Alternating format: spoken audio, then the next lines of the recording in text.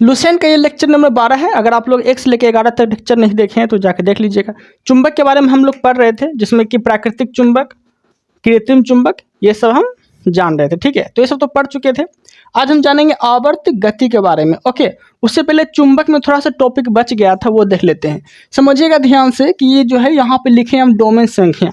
Domain संख्या क्या होता है? तो डोमेन संख्या हम लोग उसे बोलेंगे जिसमें असंख्य परमाणु की संख्या पाया जाता है। ठीक है, असंख्य परमाणु की संख्या को हम लोग डोमेन संख्या बोलते हैं।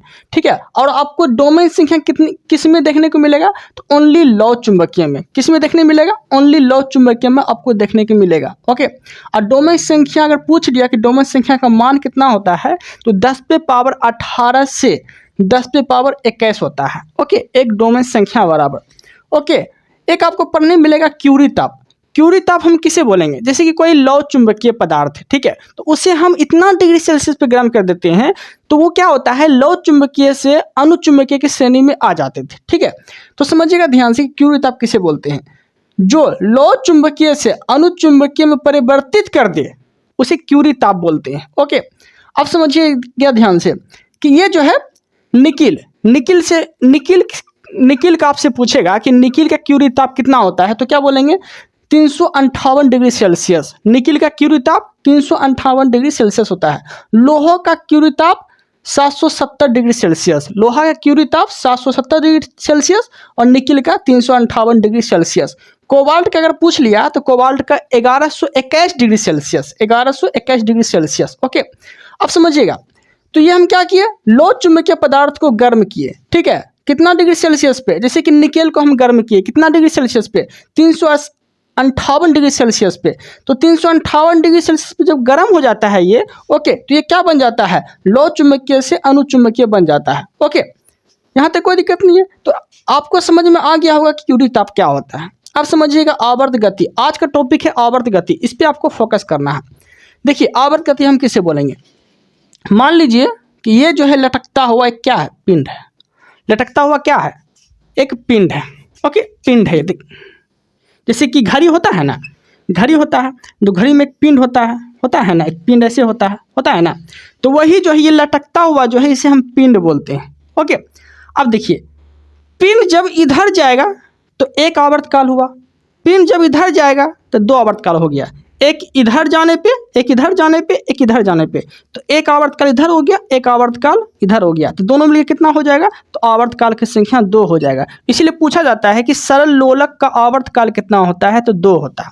कितना होता है? 2 होता है। तो आपको समझ में आ गया कि ऐसे गया फिर ऐसे गया। ओके, अब देखिएगा, एक सूत्र आपको याद रखना है, T बराबर 2 पाई, T बराबर 2 pi under root L by g. Okay, तो इसका हम आपको मतलब समझा देते हैं। ओके, देखिए 2 पाई जो है ना, 2 पाई, इससे कोई मतलब नहीं बनता है, इससे क्वेश्चन नहीं पूछेगा।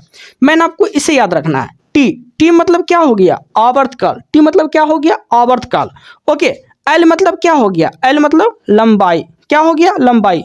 जी मतलब क्या हो गया? गुरुत्वीय त्वरण। जी मतलब गुरुत्वीय त्वरण होता है। ओके, और ये जो है ये भी आपको याद रखना है, T proportional to under root L. T proportional to under root L. Okay, तो इस तरह से जब भी दिया रहे T proportional to under root L, तो इसका मतलब ये होता है अनुक्रमानुपाती। क्या होता है? अनुक्रमानुपाती। मतलब कहने का अर्थ ये हो गया कि अगर आवर्तकाल बढ़ेगा तो लंबाई भी बढ़ेगा, या फिर लंबाई बढ़ेगा तो यह आवर्तकाल भी बढ़ेगा। ओके, क्वेश्चन जब कराएंगे तो आपको समझ में आ जाएगा अच्छे से। ओके, समझिएगा ध्यान से।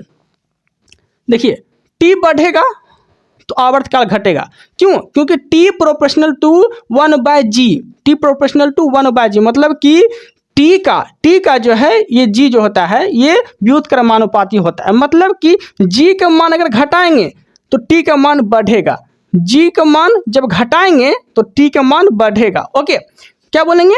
तो T प्रोपोर्शनल टू 1/g मतलब व्युत्क्रमानुपाती होता है। ओके, अब देखिएगा, प्रश्न पे चलते हैं तब आपको समझ में आएगा।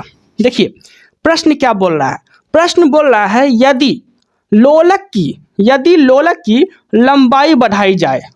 क्या बोले? यदि लोलक की लंबाई बढ़ाई जाए तो लोलक के आवर्तकाल पर क्या प्रभाव पड़ेगा? लोलक के आवर्तकाल पे क्या प्रभाव पड़ेगा? ठीक है, तो इसका सूत्र क्या होता है? लंबाई बढ़ाए ना, T proportional to 1, T proportional to under root L, T proportional to under root L. क्या बढ़ाए, एल का मतलब क्या हो गया, लंबाई होता था, एल का मतलब क्या हो गया, लंबाई हो गया। देखिए हम यहाँ क्या बढ़ाए हैं, यहाँ बढ़ाए हैं लंबाई, क्या बढ़ाए हैं, लंबाई बढ़ाएं। तो आपको क्या बताए, टी प्रोपोर्शनल टू मतलब कि लंबाई बढ़ेगा तो आवर्तकाल भी बढ़ेगा। ओके, तो वही बोला गया क्वेश्चन में, यदि सरल लोलक की लंबाई बढ़ाई जाए तो लोलक के आवर्तकाल पे क्या प्रभाव पड़ेगा। तो लंबाई बढ़ा तो आवर्तकाल भी बढ़ेगा, आवर्तकाल भी क्या होगा, बढ़ेगा। ओके, तो इसका आंसर क्या होगा, बढ़ेगा। लंबाई बढ़ाई तो आवर्तकाल भी बढ़ेगा। ओके, दूसरा क्वेश्चन देखिए, यदि कोई लड़की झूला झूल रही है, यदि कोई लड़की झूला झूल रही है, अगर वह अचानक खड़ी हो जाए, अगर वो क्या हो, अचानक खड़ी हो, ठीक है, तो आवर्तकाल पे क्या प्रभाव पड़ेगा, आवर्तकाल पे क्या प्रभाव पड़ेगा। ओके, यहां समझिएगा, आवर्तकाल पे क्या प्रभाव पड़ेगा, ठीक है, आप समझिएगा ध्यान से। लड़की बैठी हुई है, लड़की बैठी हुई है, ठीक है, तो लड़की जब बैठी हुई है तो देखिए लड़की जब बैठी हुई है तो ये जो होता है ना इतना गो, ये देखिए इसमें क्या है, लंबाई ज़्यादा है, इतना को ही देखा जाता है। इसमें क्या है, लंबाई ज़्यादा है, क्या है, लंबाई ज़्यादा है, इतना को ही देखा जाता है, लंबाई ज़्यादा है। ओके, जब ये लड़की खड़ी हो जाती है, जब ये देखिए बैठी थी तो इतना वो लंबाई क्या है, इतना वो लंबाई जो है, जैसे समझिएगा हम ऐसे झुलवा पकड़ के बैठे हैं, ठीक है, इतना तो ऊंचाई है, इतना तो ऊंचाई है, तो मेरा लंबाई मतलब ज़्यादा है, ऐसे पकड़ के बैठे हैं हम, ऐसे पकड़ के बैठे हैं, ठीक है, जब बैठे हैं तो इतना वो जो लंबाई है, इतना वो जो लंबाई है, इतना वो लंबाई है, ये क्या है, ज़्यादा है, लंबाई ज़्यादा है, लंबाई ज़्यादा है ना। लेकिन हम क्या किए, हम खड़े हो गए, हम क्या किए, खड़े हो गए, तो क्या हुआ, लंबाई कम गया। इतना वो जो ई वाला जो है, जब हम खड़े हो गए तो क्या होगा, लंबाई कम हो जाएगा। बैठे तो यहाँ पे लंबाई क्या था, ज़्यादा हो जाएगा, इतना वो क्या हो गया, बैठे हैं तो ये ऊंचाई इसकी कम होगा तो इस लंबाई ज़्यादा होगा, यहाँ पे लंबाई ज़्यादा हो गया। लेकिन हम क्या किए, यहाँ खड़े हो गए, यहाँ जब खड़े हो गए तो ये क्या होगा, लंबाई कम हो जाएगा, लंबाई कम हो जाएगा। तो हम ये सूत्र क्या लिखे हैं, T proportional to under root L, T proportional to under root L, ठीक है, मतलब कि अनुक्रमानुपाती होता है। क्या होता है, अनुक्रमानुपाती होता है, ठीक है। आप समझिएगा ध्यान से, लंबाई क्या हुआ, घट गया, यहाँ पे क्या हुआ, लंबाई कम हो गया। खड़े होने पे क्या हुआ था, इतना वो लंबाई घट गया ना, लंबाई तो कम हो गया, खड़ा होने पे लंबाई कम हो गया। जब खड़ा जब हो जाएगा तो क्या बोले, अनुक्रमानुपाती होता है। लंबाई घटा तो क्या होगा, आवर्तकाल भी घटेगा, क्योंकि इसका अनुक्रमानुपाती होता है। लंबाई बढ़ता तो आवर्तकाल भी बढ़ता, लंबाई घटा तो आवर्तकाल भी घटेगा, ठीक है। तो आवर्तकाल पे क्या प्रभाव पड़ेगा, आवर्तकाल कम हो जाएगा। ओके, समझ में आ गया, यहाँ तक कोई दिक्कत नहीं है। ओके, वही अगर लड़की बैठी रहती, यही लड़की बैठी रहती और झूला झूल रही है तो इसका आवर्तकाल ज़्यादा था, इसका आवर्तकाल तो ज़्यादा था।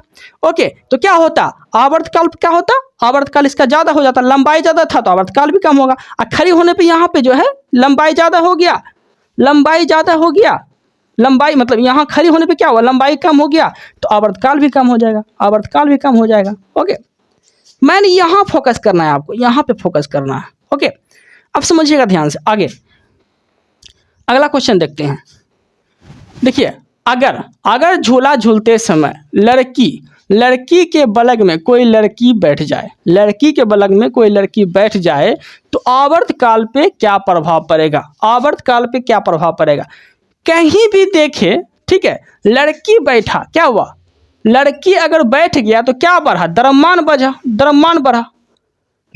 बढ़ा ना। लड़की अगर बैठ गया तो द्रव्यमान बढ़ा, द्रव्यमान का कहीं भी जिक्र हुआ है, देखिए टी मतलब आवर्तकाल होता है, एल मतलब लंबाई होता है, जी मतलब त्वरण होता है, द्रव्यमान का कहीं भी जिक्र नहीं हुआ, ठीक है। द्रव्यमान का जब कहीं भी जिक्र ना हो, ठीक है, द्रव्यमान जब बढ़ाया जाए तो क्या प्रभाव पड़ेगा, कोई प्रभाव नहीं पड़ेगा। क्या प्रभाव पड़ेगा, कोई प्रभाव नहीं पड़ेगा।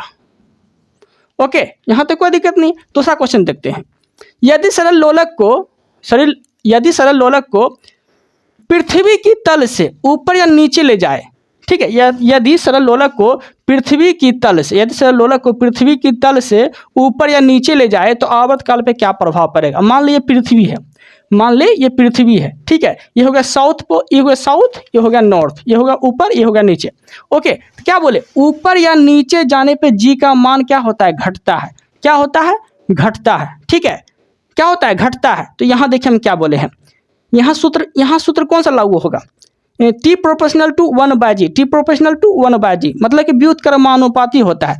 g का मान क्या हो रहा है? घट रहा है। ऊपर या नीचे जाने पे क्या होता है? g का मान घटता है। ओके, देखिए जब g का मान जब घटेगा, g का मान जब घटेगा तो आवर्तकाल क्या होगा? आवर्तकाल बढ़ेगा ना,